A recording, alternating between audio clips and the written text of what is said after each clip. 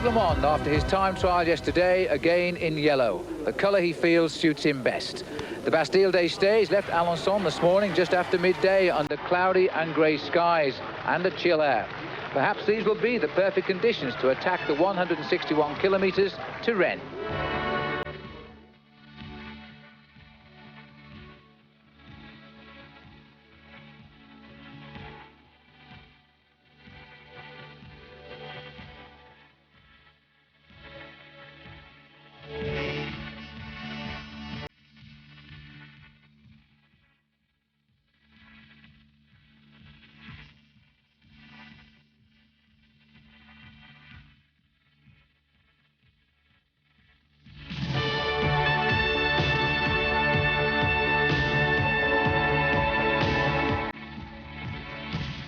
Saturday may have seen the start of a new tour, but it was an old result in the prologue. Thierry Marie winning the opening time trial, just like he did last year and in 1986. That was good news for Greg LeMond. Every time Marie wins the prologue, he seems to win the tour. And LeMond settled into third place, behind the man tipped as his big rival this year, Eric Breukink.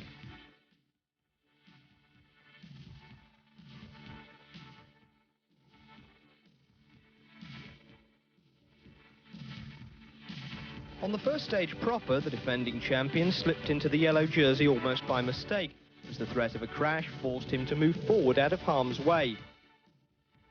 Do you think that's good for you for the rest of the tour? You better believe it.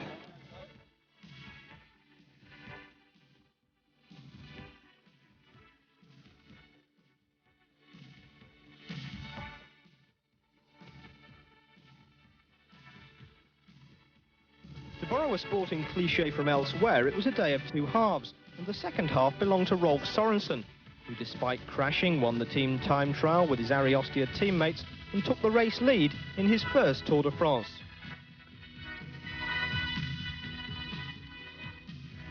It's kind of a dream coming true. It's my first tour and the second day of my first tour, so it's very nice. The day was a nightmare, though, for Stephen Roche, who turned up late for the team time trial because of a mix-up over the start time and was eliminated from the race.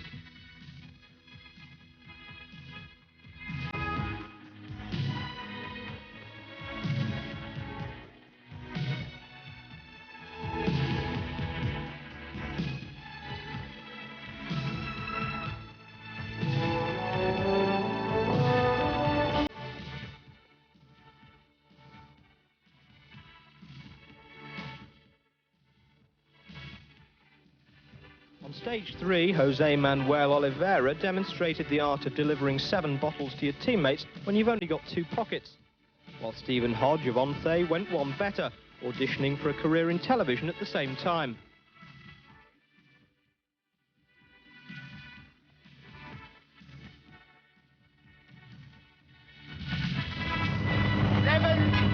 All in a row. No flies on me, mate.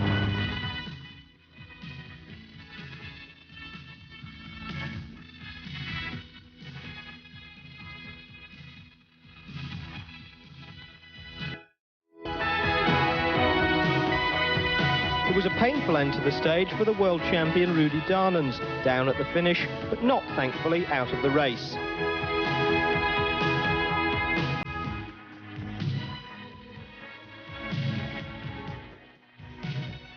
Stage 4 to the world champagne capital Reims was the longest of the tour, 286 hot kilometres.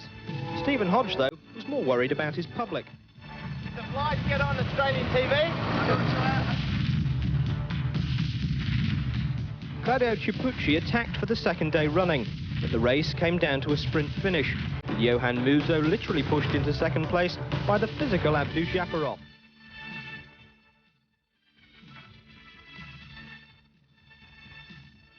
Oh, I lose Cristo. Oh, Ludwig. Moi pas freiner, It's always the same with him. Yesterday I do it with Ludwig. Today with me, it's not fair.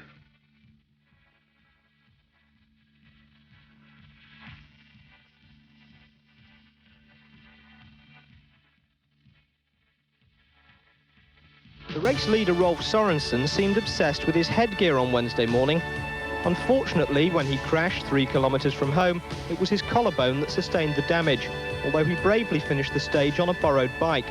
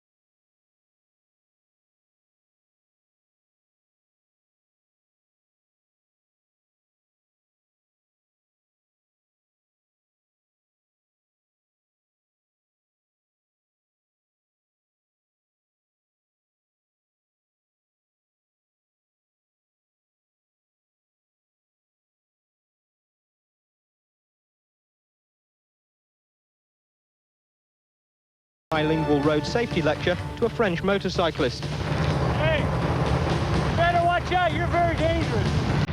Très dangereux, toi. Tu viens dans la peloton, tu passes que toucher le spectateur.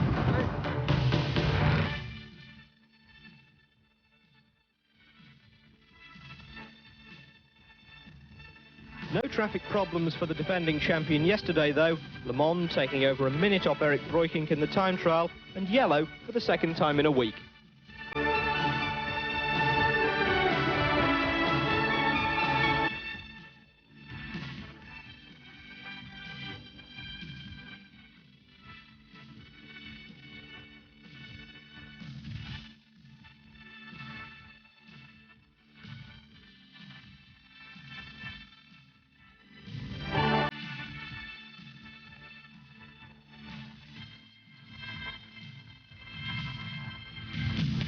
Right, well, let's have a look now at how we line up for this second week of the Tour de France. Greg LeMond wearing the yellow jersey after 31 hours and 57 minutes of riding. Up into second place is Eric Breukink.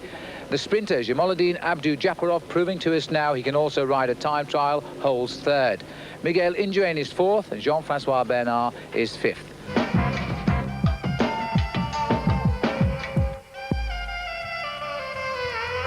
Here's the route the riders face. It's 161 kilometres to Rennes today. No hills of note. 3 bonus sprints on the way. It could be a day for the long attack, or indeed a day for the sprinter. Well, the first bonus sprint today happened very soon after the start, only 8 kilometres down the road out of Alencon, and Abdu-Japarov was sharpening his sprinter's legs again ahead of Johan Museeuw, his arch rival, and Laurent Jalabert of the Toshiba team. So Abdu-Japarov now just a couple of seconds away from going back into second place in this Tour de France. But at the second sprinter, Juvigny, at 96 kilometres, Henri Abadi had attacked and had established a lead of about a minute. He was heading Konishev of the Soviet Union, the first Russian to win a stage of Tour de France, which he did last year at Pau. And in third place, Cardinal was in third spot there. That's the situation at the moment. The race today on very pleasant undulating countryside here in Brittany, and the clouds still with us and the riders on attacking mode. Let's now join the action, Paul. This is the chase group, and here is Lely, who's been quite a sensation in his first Tour de France. Well, he's been quite a sensation in this race, as well as also in the Tour of Italy, because he was the best young rider in the Tour of Italy just recently, finishing third overall. these two riders who were away before were Lely and Thierry Bourguignon, but they've been joined by 6 others. This rider now, the Toshiba rider, is Laurent Jalabert. Also there is the Brazilian rider Ribeiro. An interesting rider here is Johan Brunel, who did a very bad time in the time trial yesterday. One of the favourites for the top 15 for this year's Tour de France, and number 52 there from the Gatorade team is Calcaterra, and also in the group there was Edwig van Hooijdonk. Well, it's a good chase group, this. It's only just got off the front of the main field, and certainly Toshiba today have been the animators of the stage. They've finally got a man away in Henri Abadie, and for those of you who've taken your guess at the winner today, I bet not many have put that name down for victory, but you should have thought about it on Bastille Day. It's odds on a Frenchman would be in the frame, and Abadie up the road at the moment, but a good chase group forming behind. And at the moment, the leaders of the Tour not taking a great interest. Well, I think that probably most of them got sore legs from yesterday, because a lot of riders rode very, very hard in that time trial yesterday. It was a lot of surprises. Some riders lost a great deal of time, and I think riders like Johan Brunel are trying to slip into a move like this today to put themselves back into contention, because 6 and 7 minutes is the time that was lost by many of these riders, and you can see the main field here stringing out because they don't want to let the breakaways go clear, and everybody chasing, trying to bring everything back together again. Well, as you look down there, it's amazing to see how close all these riders ride together without actually ever touching each other. Le Mans there has got a little bit more space around him. You very often find this when you're the yellow jersey of the Tour de France. The rider's a little bit too scared to get close to you because they're always worried about knocking you off, and that is the advantage of being the top man. There is Fignon coming alongside Le Mans there, just glancing across. Greg having a quick word with him. And we've had a crash today, by the way. It happened very early on. Quite a few riders fell down at 75 kilometres. The rider who was a little slow to get back into the action was Alonso, a teammate of Miguel Indurain and Pedro Delgado. But he did remount. His injuries, we've been told by the race doctor, are superficial, and we've caught a glimpse of him earlier on. He's got back into the main field as well. Well, the riders have just gone through the sprint there at Louvin de Bay, which is 33 kilometres from the end. And in fact, Laurent Jalabert took that sprint, which is an important thing to know, because Jalabert can get a few points back in the points competition at the moment. He's lying in 6th place overall with 100 points compared to the 158 points of Abdul Zaparov.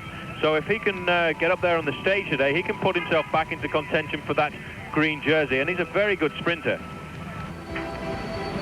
And looks like Phil Anderson moving up on the outside. Motorola, of course, not represented in that leading group either. There's Abadie. They always seem to give Abadie a lot of room, Paul, in the peloton. Well, yeah, well, he's got a bad reputation now, Abdul Zaparov there. He's knocked a few people off in his time, and he's been disqualified from 1 or 2 races. And I think the riders know that he's what they call in Holland a quacker, can zigzag right the way through the bunch. There's a good shot there of the front of the red, yellow and green jersey of Gianni Bugno, the Italian champion.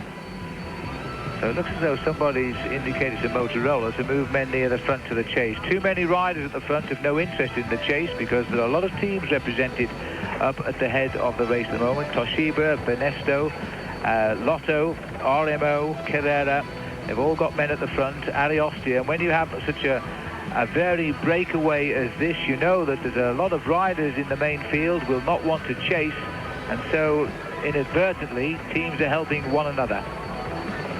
There's de Klerk, Peter de Klerk, left of our picture. He's just gone off it, in fact, with the polka dot jersey on. You can see him now.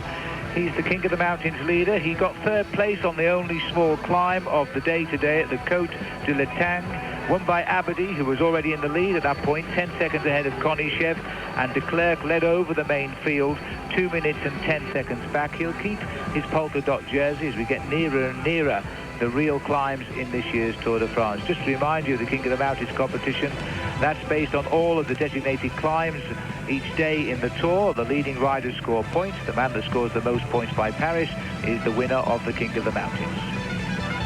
Well, notably, the Z team of Greg LeMond are starting to organise the chase. Not a full chase at the moment, because you can see everybody there queuing up, trying to keep out of the wind. Everybody's trying to find a nice place in the shelter, but obviously the Z team are going to have to do this for a lot more days now to come, because as Greg LeMond is the leader, it's going to be to these boys that everyone will look to control the race. This is Duclos Lassalle coming to the front here, one of the grand old men of the Tour de France. Not the oldest, because Henke Lubberding is the oldest rider, but Duclos Lassalle is 36 years of age, which is not a bad old age for a bike rider.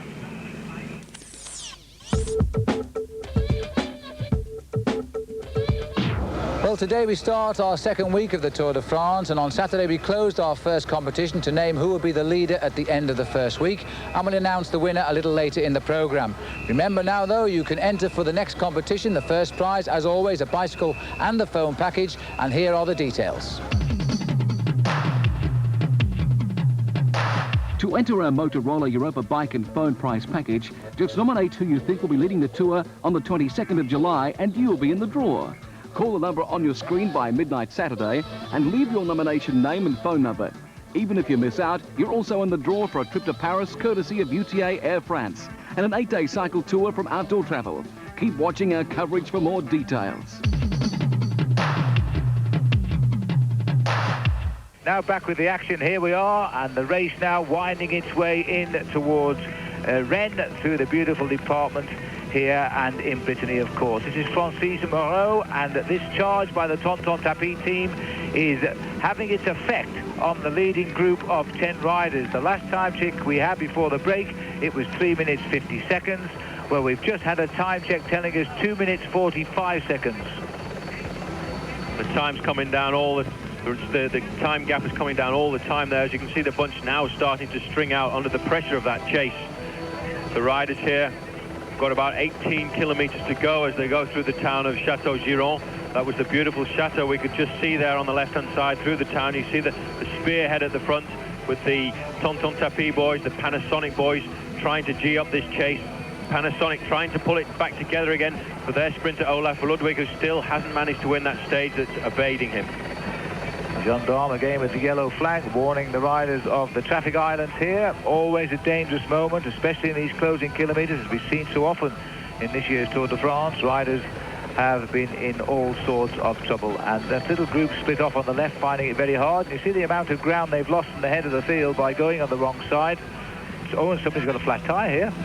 Somebody's got a flat, and they're going to be wanting service pretty quickly here, because the rider with the flat tyre is Camilo Pastira. There's his hand up.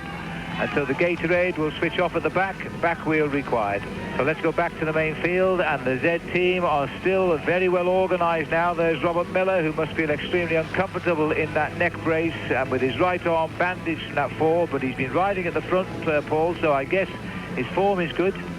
He's definitely got good form. I only think he's keeping this neck piece on as a little bit of security, just so his muscles can heal up a little bit from that manipulation he's had. Miller obviously not shirking, doing a little bit of work at the front there.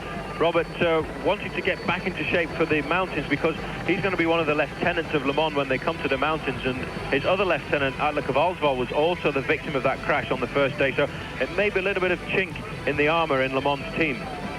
Yeah, well, Greg has won the Tour de France on his own before. He had to do it a couple of years back, of course, when he had only one teammate of note, Johan Lambert, stay with him. And soon after that he changed teams. To thank Johan, he took him with him to the new team, which was, of course, the Z team. 5 kilometres now for the big field. Greg LeMond, as usual, riding at or near the front and keeping out of trouble and the risk of crashing at the back. Well, 1 kilometre between the main field and that group of breakaway riders. And when they come onto the finishing straight here alongside the river, it's a very long straight, and they may well be able to see them at the end. 3 kilometres to go now.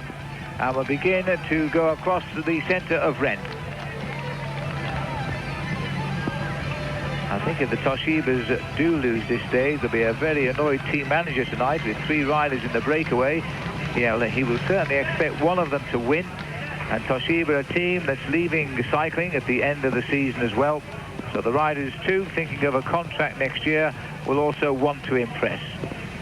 Everybody really getting nervous. This is a tense time. They've all been together as friends up until now for the length of time the breakaway has been away. They've been working together for one goal, and that's to get to the finish in front of the peloton. Now they become enemies when they have to decide if they can jump away from each other. Jalabert at the front there, Bourguignon coming up to take the pace up again, followed directly by Brunel.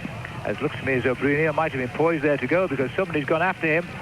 Brunel dived for the front there to see the right-hand bend first. Well, right in the centre now. The railway station is off to our left.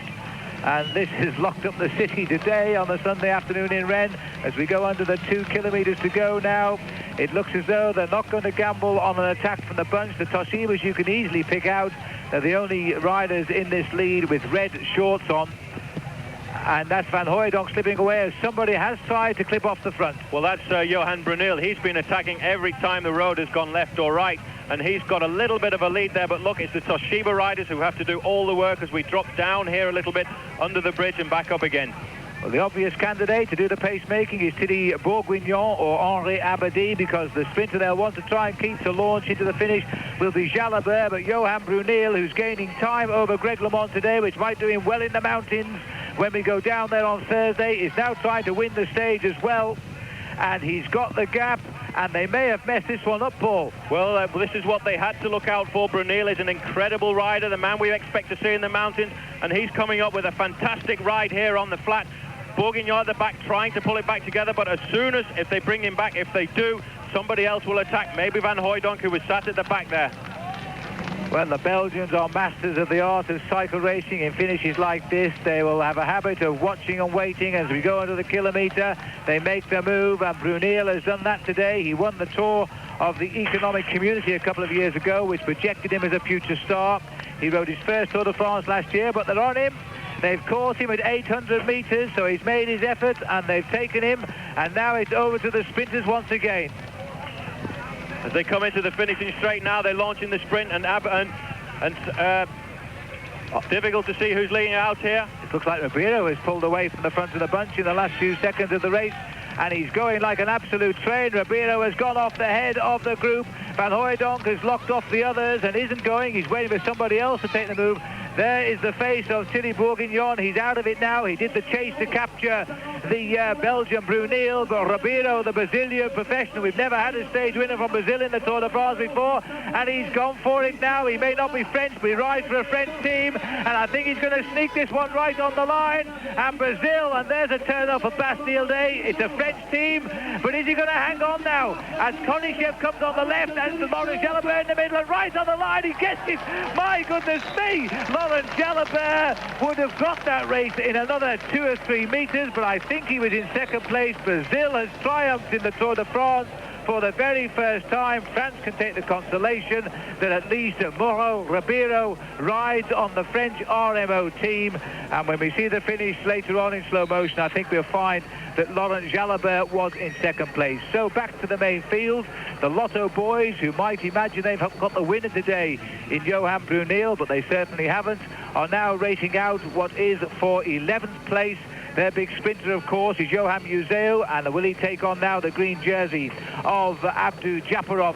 Because we expect Johan Museo, here he goes on the left of our picture now to try and lead them home. And coming at him too is Etienne de Wilde, the winner the other day. De Wilde on the right, but Museo just takes him, and Sean Kelly was alongside Museo as well. So Kelly again finishing in points for the green jersey today. And as Ribeiro comes up to the line, he takes a look over his right shoulder. He sees Laurent Jalabert trying desperately to get on terms for France. Konichet breaks to our left. He continues to look around, Ribeiro, and then kicks again for the line. Now, does the line come quick enough? Yes, it does. Jalabert will be second, and Konichet third, Calcaterra fourth. Here's the result. The Brazilian rider, Mauro Ribeiro, just hanging on in the end, pipping Laurent Jalabert and the Soviet Dmitry Konichet. Then comes the 3 Italian riders, led home by Calcaterra, Lelli and Bontempi.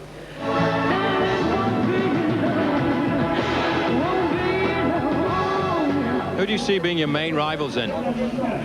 I think somebody from Banesto, but I wouldn't put out Buño and Brookink, because Brookink had a very good time trial yesterday, and he was hurting the last 15-20 kilometers, but still he's capable of doing very good things. It all depends on how he's climbing. In Tour of Switzerland I didn't find him that well in the climbs, but you just can't ever tell. No change in the overall situation tonight. The same names at the top of the leaderboard, but Abdou Japarov in third place has closed into 2 seconds of Eric Breukink, and he might well move into second place tomorrow if he continues to sprint as well.